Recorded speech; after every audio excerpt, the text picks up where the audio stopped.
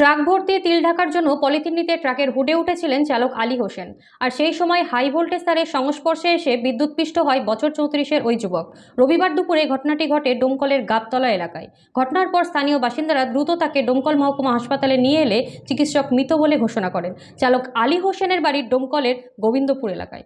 বাড়ি থেকে বড় ট্রাকে তিল বোঝাই করে গন্তব্যের উদ্দেশ্যে রওনা দিয়েছিলেন আলী হোসেন। আকাশের মুখ ভার দেখে কিছুটা দূরে এসেই সেই তিল ঢাকার সিদ্ধান্ত নেয় সে। বর্ষার মৌসুম, ফলে তড়িঘড়ি করে উঠে পড়েছিলেন ট্রাকের হুডে। সেখানে রাখা পলিথিন নিয়ে তিল ঢাকতে গিয়ে ঘটে গেল বিপত্তি। ট্রাকের ওপর দিয়ে চলে যাওয়া হাই ভোল্টেজ বিদ্যুতের তারের সংস্পর্শে চলে আসে ওই ট্রাকের চালক আলী হোসেন। ঘটনাস্থলেই গুরুতর জখম হয় সে।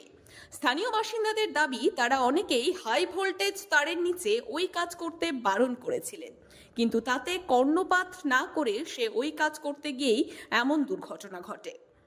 ঘটনার পর তার পরিবারে খবর পৌঁছালে কান্নায় ফেটে পড়ে গোটা পরিবার। শোকের ছায়া নেমে আসে ওই এলাকায়। এই সকালবেলায় আমার কাছ থেকে আমি একটা ভাড়া তিলের ভাড়াতে পাঠাচ্ছিলাম দমকলে লোড করব বলে গাড়িটা পাঠালাম। পাঠানোর পরে কিছুক্ষণ আগে আমার কাছে সংবাদ গেল যে কারেন্টের শর্ট লাগিয়ে মারা গিয়েছে। কিভাবে লাগলো?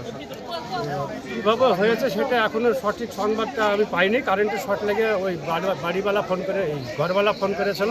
গাড়ি কোথায় লোড হচ্ছিল? দমকুল ওই জায়গাটার নাম ওই যে কাটা আছে ওখানটা, গাবতলায় লোডে পাঠিয়েছিলাম। কি গাড়ি পাঠিয়েছিলেন? 12 চাকার লরিতে, তাই তো? হ্যাঁ।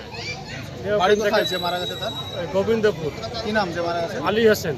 কে হয় ওটা আপনার? ওটা আমার ছোট বিহাই হচ্ছে। আপনার নাম কি? আমার নাম ইসানুল শেখ।